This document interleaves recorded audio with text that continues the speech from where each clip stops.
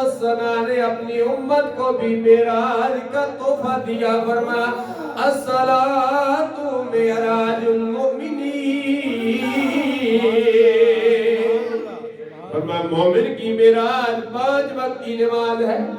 اللہ اللہ اللہ تبارک و تعالیٰ نے سب نبیوں کو معراج کرائی،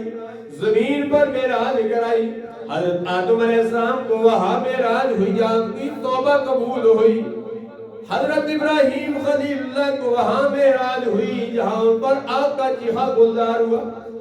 حضرت اسماعیل نبی اللہ کو وہاں معراج ہوئی جہاں ان کے گلے پہ چھری چلائی گئی، حضرت زکریا علیہ السلام کو وہاں معراج ہوئی جہاں ان کے سر پہ آرا چلایا گیا، حضرت موسیٰ کلیم اللہ کو وہاں معراج ہوا، کوہ طور پہ جلوہ دکھایا گیا، حضرت عیسیٰ روح اللہ کو وہاں معراج ہوئی، وہاں پھانسی کا پھندا دکھایا گیا، حضرت یوسف علیہ السلام کو وہاں معراج ہوئی جہاں کنویں میں ڈالا گیا، جہاں جیل میں رکھا گیا، حضرت یعقوب علیہ السلام کو وہاں معراج ہوئی جہاں